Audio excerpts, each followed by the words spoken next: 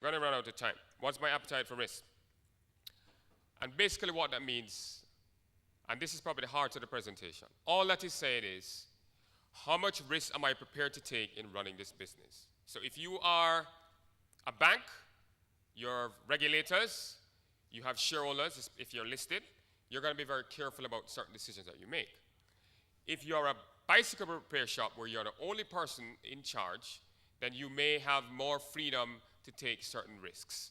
But at the end of the day, every business needs to understand and ask themselves the question, what are the risks that I'm prepared to take? So if we had more time, what we would have said is, if you've looked at all the things that could go wrong and you rank them, if you had 10 things that could go wrong and you have 3 that are high risk, what I'm saying to you is that those 3 things are the things that you need to fix.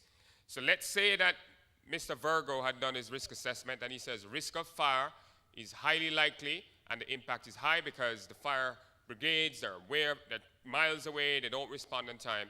If he had said that's a high risk for me, then the next thing he should have done was to try and manage that risk. And he should have probably said, can I afford not to insure this building? What's the cost of insuring the building? The business lost $3 million value. We can't put a value on the reputational damage. So here is the crux of the presentation. What would have been the cost of insuring $3 million worth of coverage? I don't know, I'm not an insurance expert, but let's say it's $10,000 a month. Could it be that he wasn't able to afford it, or could it be that he didn't even think about it? What I'm trying to send here today, ladies and gentlemen, is there are equivalent things in any business that we need to go through that assessment, identification process, the assessment process, the ones that really, really could create problems, we need to take a position on them.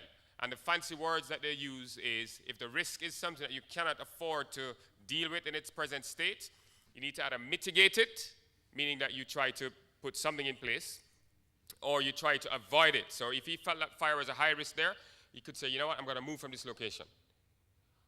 There's some risks that you cannot actually do much about yourself, so you can transfer it, which is where the insurance would have come in. And that would have made a massive difference. And finally, we need a way to know when the environment is changing. So if you're in the used car business a couple of years ago, and the government decided to change the age of vehicles that can come into the country, and you had a big stock, and you had all your business set around selling cars that are 10 years old, you're going to have a problem. So part of quantifying the risk also involves having your ears to the ground, listening to the news, reading the newspapers, listening to the budget presentation, because you could just hear something. It could be a change in the GCT rate. It could be a change in some tax or tariff, and you're out of a business.